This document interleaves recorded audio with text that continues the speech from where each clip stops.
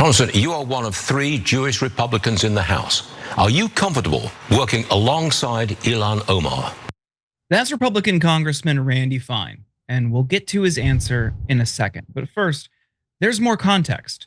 In the wake of the shooting of 2 Israeli embassy staffers, Randy Fine rushed to Fox News to offer this response. Take a look. Congressman, there is a ceasefire deal on the table right now that the White House is hoping both Israel and Hamas will sign on to. Does this shooting change anything when it comes to the course of the war or the negotiations to end it?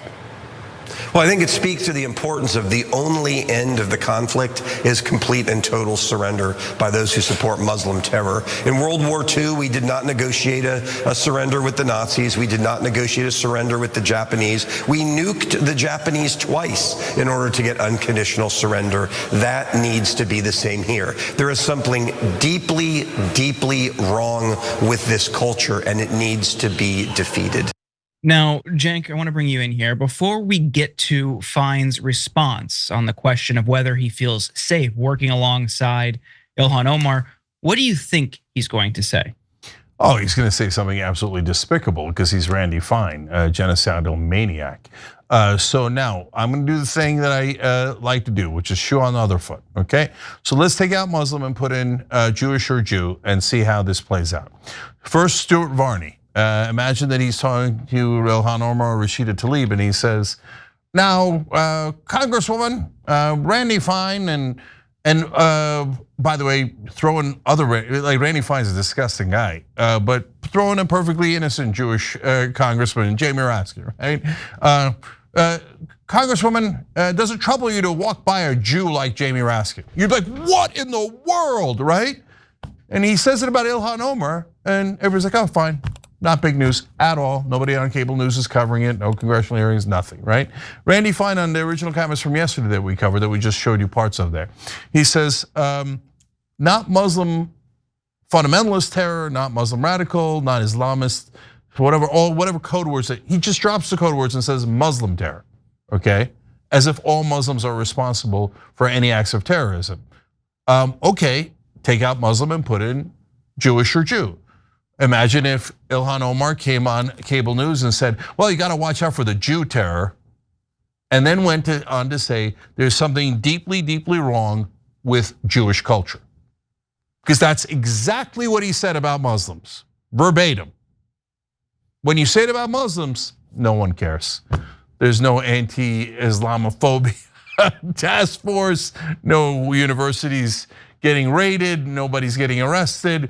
It's a cable news anchor on television and a US congressman saying the worst things on earth and not a peep.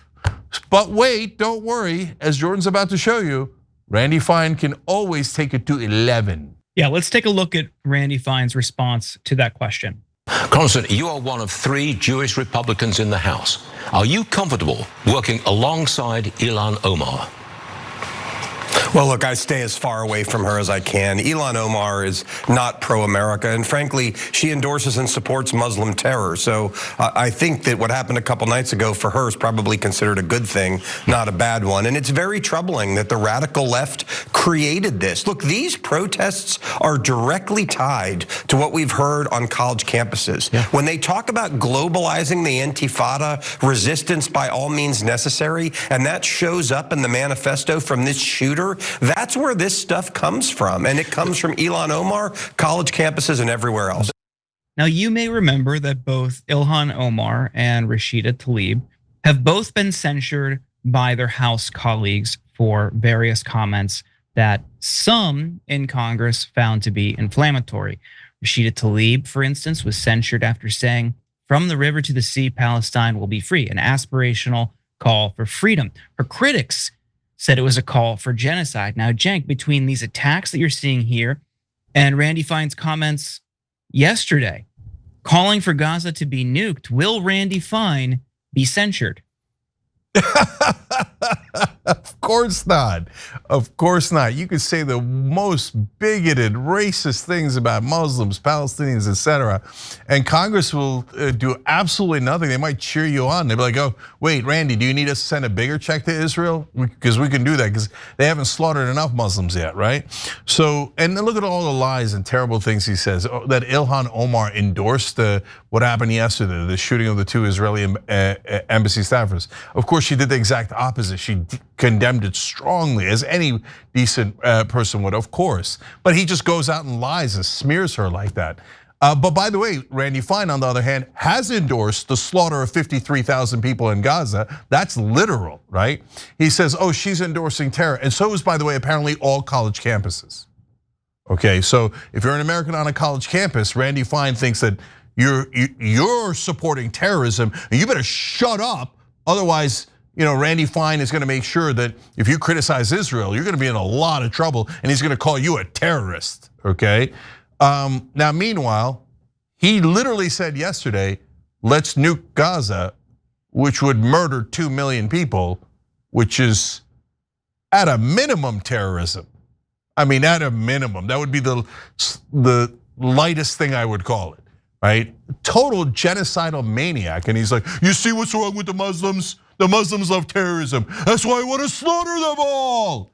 Okay, no, I don't see it. I see a monster, a pig, and a fascist. And if you're in his district and you don't vote that guy out, as by the way, among all other things, as he funnels all of your money to Israel, okay, all right, enjoy Randy Fine. I mean, that's your representative? Everybody in that district thinks, boy, no one represents me better than this monster. Wow. Okay, we'll see in the next election if that holds. All right, Jackson, what do you think?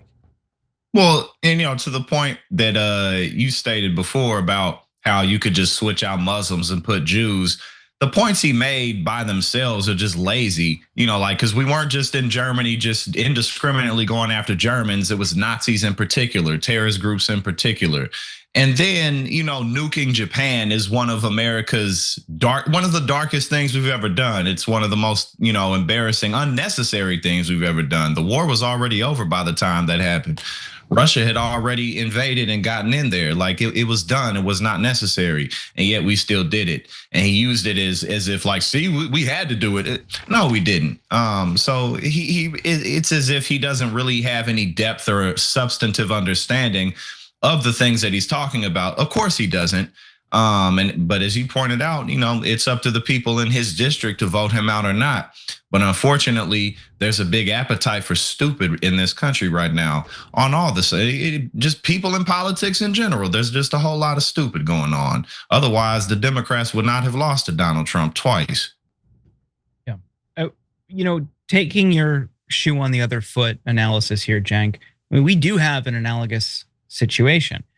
There was a Jewish man in Florida who saw 2 Israeli tourists in Miami, shot at them thinking that they were Palestinian. And did anybody rush out to say, well, we have to nuke Israel? Did anybody rush out and say, like you were saying earlier, I don't feel comfortable working with Jewish colleagues in Congress? No, of course not, because that's ludicrous.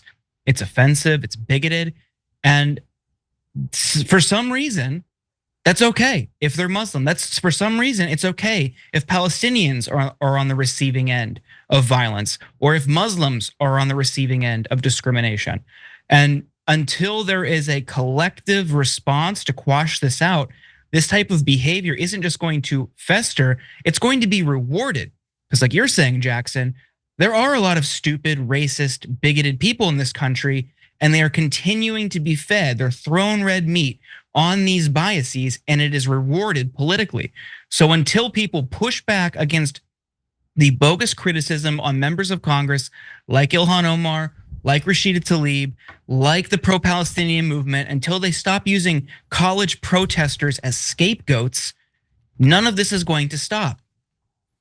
Okay, I'm gonna say one last quick thing here. Ilhan Omar got censured, and even her own House Democrats threw her under the bus and condemned her because she said about Benjamin Netanyahu and his influence in America, It's all about the Benjamins. Oh yeah. Okay, that, that's literally his name, and they're using lobbyist money, which is about money, literally, right? That is apparently so outrageous, morally outrageous, that even her own party condemned her strongly. That's just about goddamn lobbyists. We all agree that it's about the Benjamins. I mean, it's absurd, it's insanity. Right wing, you really think that you should be censured for saying that lobbyists influence politicians with money? Really? Nobody thinks that, right? This guy says we should murder everyone in Gaza. No censure. No talk of censure. His own party celebrates him. The Democrats do absolutely nothing against them because the anti-Semitism task force. Look, is there anti-Semites in the country? Definitely. Am I worried about it? I'm a little worried about it, yeah, okay? But if we're worried about bigotry, you think that there isn't more bigotry against Muslims in America? Well, you'd have to be insane to think that. Insane to think that. And here it is, perfect proof. He says murder them all and no one cares. Every time you ring the bell below, an angel gets his wings. Totally not true, but it does keep you updated on our live shows.